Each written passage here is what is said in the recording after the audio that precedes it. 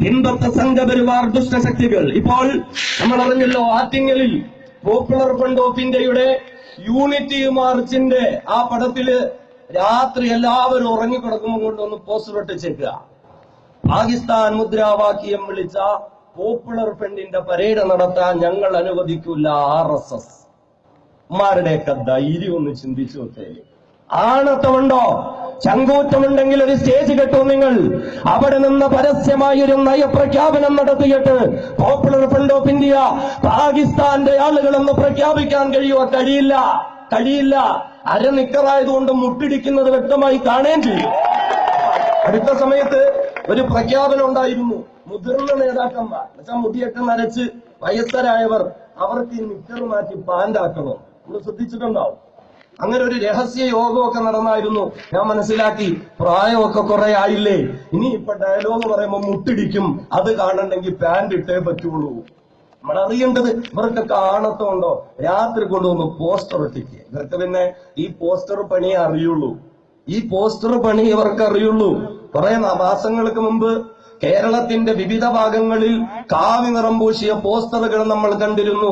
ഞങ്ങളിൽ മെമ്പർഷിപ്പ് എടുക്കണമെങ്കിൽ ഈ നമ്പറിൽ മിസ് കോൾ അടിക്കുകയാണ്. എന്ത് ഗതികേടാന്ന് നോക്കണേ. മിസ് കോൾ അടിച്ച് മെമ്പർഷിപ്പ് നേടുക. കുറെ ആളുകളുണ്ട് നമ്പർ ഇങ്ങനെ മൊബൈലിൽ ഫീഡ് ചെയ്ത് വീട്ടിനകത്ത് പോയി കഥവടച്ച് കക്കൂസിനകത്തിരുന്ന് കഥകടച്ചിട്ട് ഡിസ്കോൺ അടിച്ച് മെമ്പർഷിപ്പ് എടുക്കുക. അങ്ങനെയുള്ള വെറും കക്കൂസ് മെമ്പർഷിപ്പ് പാർട്ടിയുടെ ആളുകൾ പറയുന്നു, പോപ്പുലർ ഫ്രണ്ട് ഓഫ് ഇന്ത്യയുടെ ചുണക്കുട്ടികളെ കേരള സംസ്ഥാനത്തിന്റെ മാറിടത്തിൽ പരേഡ് നടത്താൻ അനുവദിക്കില്ല എന്ന്. ഞങ്ങൾക്ക് പറയാനുള്ളത്, ആരോടാണ് നിങ്ങളത് പറയുന്നതെന്ന് ചിന്തിക്കണം. പോപ്പുലർ ഫ്രണ്ട് ഓഫ് ഇന്ത്യയുടെ നെഞ്ചത്ത് കയറാൻ വരുന്ന കണ്ടടിഞ്ഞ താമരയുടെ ചുറ്റും മൂറിപ്പറക്കുന്നതായ താമര വണ്ടുകൾ അറിയണം ആരോടാണ് നിങ്ങളത് പറയുന്നത്. നിങ്ങളെപ്പോലെ മിസ് കോൾ അടിച്ചുകൊണ്ട് മെമ്പർഷിപ്പ് നേടിയവരല്ല പോപ്പുലർ ഫ്രണ്ട് ഓഫ് ഇന്ത്യയുടെ ജനക്കുട്ടികൾ.